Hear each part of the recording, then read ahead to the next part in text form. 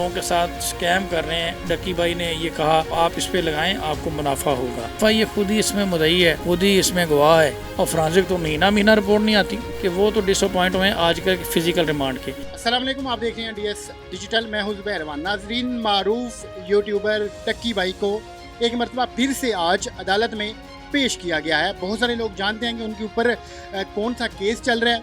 आज जो हेयरिंग हुई उसमें क्या क्या कुछ हुआ, फिर अब डक्की भाई का क्या बनने जा रहा है, उनका रिमांड है वो कितने दिन का मिला है। तो मेरे साथ एडवोकेट फ़ियाज़ रामे साहब मौजूद हैं। ये उस वक्त मौका के ऊपर मौजूद थे, ये तमाम तर मनाजर को देख रहे थे। फिर इनकी डक्की के अहल खाना से भी तफसीली गुफ्तगू हुई। आइए फ़ियाज़ रामे साहब से ये पूरा मामला जानते हैं। बहुत शुक्रिया आपका, आपने मुझे टाइम दिया। सबसे पहले तो सर मुझे ये बताएं कि ये जो सादुर्रहमान उर्फ डक्की भाई है, इसके ऊपर ऑफेंस कौन कौन सा लगा हुआ है? बहुत शुक्रिया ज़ुबैर। इसके ऊपर सबसे पहले तो मैं आपको बताऊं कि FIA साइबर विंग ने आप जानते हैं कार्रवाई की है, और इसके ऊपर prevention of electronic crime act 2016 में ये कानून बनाया गया था, जो इलेक्ट्रॉनिक मीडिया के ज़रिए से जराइम होते हैं उनको रोकने के लिए। तो उसमें उन्होंने सेक्शन 13, 14, 25, 26 और 420 पाकिस्तान पीनल कोड के ये सेक्शन इसके ऊपर लगे हैं। तो उसके तहत इसके ऊपर एलिगेशन ये है कि इसने कुछ प्रोहिबिटेड एप्लीकेशन है जो गैम्बलिंग वगैरह के लिए होती हैं, उसको नेपाल से कोई एक वकास नामी बंदा ऑपरेट कर रहा है, तो उसको इन्होंने अपने YouTube चैनल पे प्रमोट किया है। ठीक है, अब FIA का एलिगेशन ये है कि ये लोगों को इंस्टिगेट कर रहे हैं इस ऑनलाइन फ्रॉड में, कि आप लोगों को इंस्टिगेट कर रहे हैं कि इस एप्लीकेशन को ज्वाइन करें, और लोगों के साथ स्कैम कर रहे हैं जो लोग नेपाल में बैठे हुए हैं, जिनका नेटवर्क नेपाल में है, उनके साथ, और ये इसके कंट्री हेड हैं। तो बेसिकली उन्होंने कुछ वीडियोस की बेस के ऊपर इनके ऊपर कार्रवाई की है। उन वीडियो के लिंक भी उन्होंने अटैच किए जिसमें डक्की भाई ने ये कहा कि आप इस पे लगाएं, आपको मुनाफा होगा, आप ये एप्लीकेशन लाइक करें या उसको आप फॉलो करें तो उसमें आपको मुनाफा होगा। तो इस बेस के ऊपर उन्होंने इसके ऊपर कार्रवाई की है। इस केस के अंदर मुद्दई FIA है या फिर किसी ने कोई एप्लीकेशन वगैरह दी हुई थी कि ये डक्की भाई ऐसे मुबैना तौर पर जो गलत ऐप्स हैं उनको प्रमोट कर रहे हैं, या फिर ये फ्रॉड वाला मामला हो रहा है? देखें, इसमें ना मुद्दई FIA खुद है, और ये बड़ा अजीबोगरीब किस्म का आज केस पेश किया गया। वैसे ये जो ऐसा जुर्म होता है, जैसे हम किसी गैर कानूनी ऐप को प्रमोट करते हैं, या फिर ये जैसे आप जुए वाला मामला बता रहे हैं, उसके ऊपर क्या सज़ा बनती है, या फिर ये अगर हम इस केस को देखें तो ये किस तरफ जा रहा है?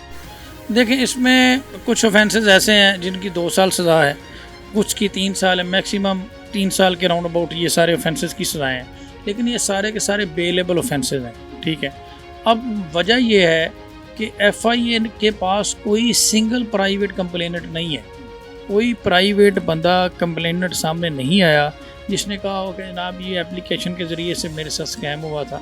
अब FIA खुद ही इसमें मुद्दई है, खुद ही इसमें गवाह है, खुद ही इसमें जज़ा सज़ा का मामला सारा वो कर रहे हैं। तो इसमें कोई प्राइवेट उनके पास कंप्लेनेंट नहीं है। ठीक है, तो इसमें जो उन्होंने अभी तक की जो कार्रवाई है, अभी तक वो उन्होंने उनका मोबाइल फ़ोन, लैपटॉप वगैरह ये चीज़ें कब्ज़े में ली हैं। जिन जिन वीडियोस के लिंक थे वो ऑलरेडी उनके पास हैं।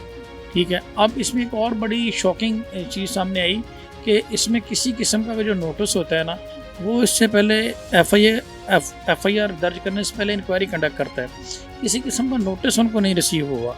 ठीक है, ये 2-3 महीने का प्रोसेस होता है जिसमें FIA जो है वो इंक्वायरी करता है। इंक्वायरी करने के बाद उसमें उनको अंडर सेक्शन 160 CRPC तलब किया जाता है, जिस बंदे के अगेंस्ट इंक्वायरी हो, तो उनको नहीं बुलाया गया।